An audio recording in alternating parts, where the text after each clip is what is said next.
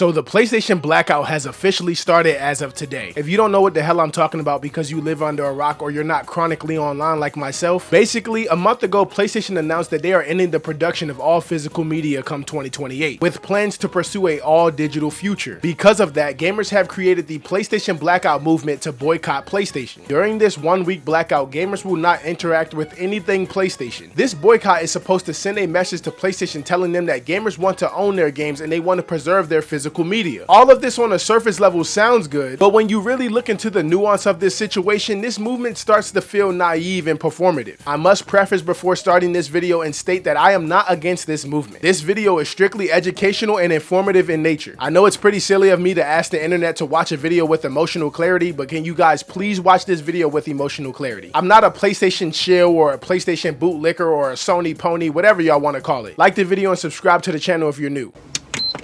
If we don't make it, we'll make it. It's been an honor serving with you, John. I don't know who is responsible for scheduling this PlayStation Blackout, but y'all might be fucked. The PlayStation Blackout starts tomorrow and y'all are actually playing this shit on Give Me God of War. The amount of gaming stuff that's happening within the next 7 days is crazy. GTA 6 extended look, the Phantom Blade Zero hype, the Wolverine PlayStations that sold out by the way, Gamescom is happening, Star Wars Zero Company, 2K27, the Modern Warfare 4 beta is out. Bro, y'all genuinely chose the hardest week possible. Motherfuckers is really playing on Dante Must Die. But hey, do y'all think the fight for ownership and the continuation of physical media will win? That video's comment section was truly disappointing. On top of that, that video's comment section is exactly why this blackout isn't gonna work. I really do apologize if I sound pessimistic in this video or just low energy. It's just very tiring trying to convey information to the gaming community, and you're about to see why. The entire point of this PlayStation Blackout is to boycott anything PlayStation. And in that video, for those who don't understand, all I was doing was making jokes about how hard it's gonna be to boycott PlayStation with all these new hype games coming out. And sadly, just like I knew what would happen, I started getting attacked. I was getting called a corporate shill, a PlayStation bootlicker, and things of that nature. But the comments that stood out to me the most was the comments disrespecting 2K and Call of Duty. Ain't nobody hyped for 2K27. Only thing new is the updated graphics for sweat particles. Dog, no real gamer is worried about 2K27. 2K27 and Modern Warfare 4 mentioned. Broken heart. If you genuinely sat there and watched that TikTok and the only thing you took from it was, let me diss 2K and Call of Duty, you're an idiot. Yes, we all know these games are repetitious slop that come out every year. Yes, we all know the people that play those games aren't the brightest, and to y'all standard, they're not real gamers. If you want this PlayStation Blackout to work, now isn't the time to get caught up in your little stupid trivial gaming elitist mindset. While you sit there and diss those games and the people playing those games, those are the most bought games on the PlayStation Store every year. 2025. NBA 2K, Battlefield, GTA, EA Sports College Football 26, EA Sports Madden NFL 26. Oh, you thought that was 1 year? Nope. In 2024, the most bought games on the PlayStation Store were again ball and gun games. Black Ops 6, College Football 25, Helldivers 2, NBA 2K 25, GTA 5. But 2 times surely isn't enough for you guys, right? Well, say no more. In 2023, would you look at that? 2K and Madden in the top 5. But you know, maybe the 3rd time really isn't the charm for you. You need to see more. So again, in 2022, would you take a look at that? 2K, Madden, Call of Duty in the top 5. These games and their players not only massively affect the outcome of this boycott, they are also huge statistics that PlayStation creates metrics off of. Do y'all really think the people that work at PlayStation sit behind their screen and go, should we fuck with the real gamers or the casual gamers? No, they don't. They look at all of us the same. Imagine promoting, participating, and organizing a boycott while actively dismissing some of the biggest games that will determine the outcome of this boycott. Hey jackass, yeah, those ball and gun gamers, they're the ones you want participating. A boycott is only successful through economic pressure, not who has the most sophisticated gaming opinions. Who do y'all really think PlayStation considers more? The person who plays 2K and spends $500 on it each year, or the person making fun of them? Oh, he's a casual gamer, he plays 2K. Yeah, he's fucking you over. You should probably get him on board. Y'all making fun of ball and gun gamers during this boycott is quite literally a strategic contradiction. This actually brings me to my next point.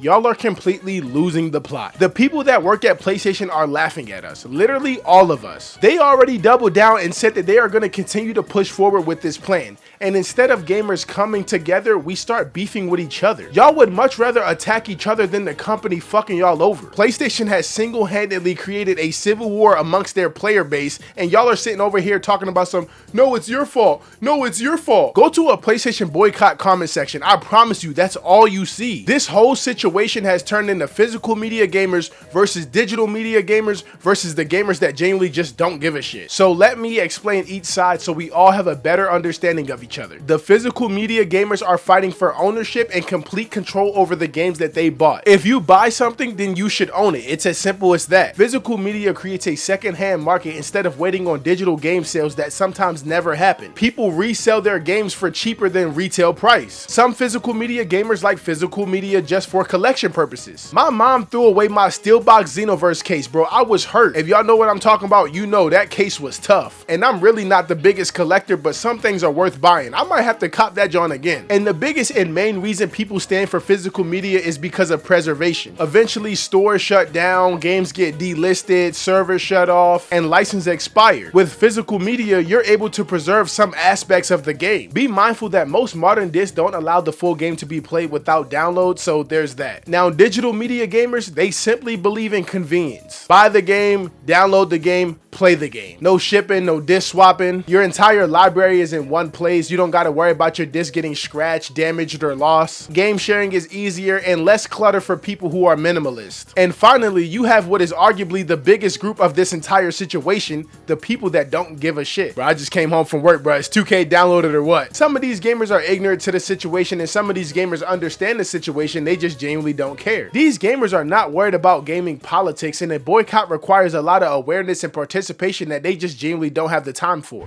With great power comes great responsibility, and right now PlayStation fans are asking Sony to remember that. One of the biggest voices in game preservation, Does It Play, has officially called for a 7-day PlayStation Blackout. And the proposal is simple. Don't log into PlayStation Network, don't buy anything from the PlayStation Store, and spend that week sending Sony a message about the future of physical games. The most common response that I've seen online is that this isn't going to make a difference. And maybe they're right. We realistically are going to need a much larger number of people to influence a company as big as Sony. But here's the thing. If we decide that our voices don't matter before we even speak, then nothing changes by default. I've actually been doing this for years without even realizing it because I'm someone that's never had a reason to subscribe to PlayStation Plus, and I buy all my games physically. That's just how I've decided to enjoy this hobby. Buy physical media when you can. Keep talking about video game preservation.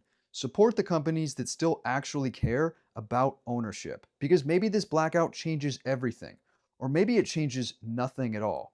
But doing nothing completely guarantees that outcome. So let's sum up this video on why I think this boycott is stupid. Well, for one, like we went over, most of these gamers are not even fighting against Sony anymore, they're fighting against each other. Both sides do not want to understand each other, so nothing changes if nothing changes. I also believe a lot of gamers don't understand what a boycott is and how it actually works. And because of that, it's kind of making this whole PlayStation Blackout come off as naive and performative. A boycott is an organized group choice to refuse to buy things from a company, use a service, or take part in an event. People do this to show they are upset. They want to force change or make the target lose money. Boycotts do not have an official or built-in time limits. They last as long as the organizers maintain participation or until the target entity meets the boycott's demands. This boycott being 1 week kind of just feels like you're in your room stomping your feet. A 1 week boycott would make sense only if used as a warning strike, but in this case it really doesn't make sense because PlayStation has already doubled down on their statement. Another way a 1 week boycott would actually work is if you guys were targeting a specific game. Trying to target PlayStation as a whole is just asking to fail. And let me reiterate, I'm all for this boycott and I'm all for the movement. I want PlayStation to revert their decision. I may not collect as much physical media as some of the people fighting for this,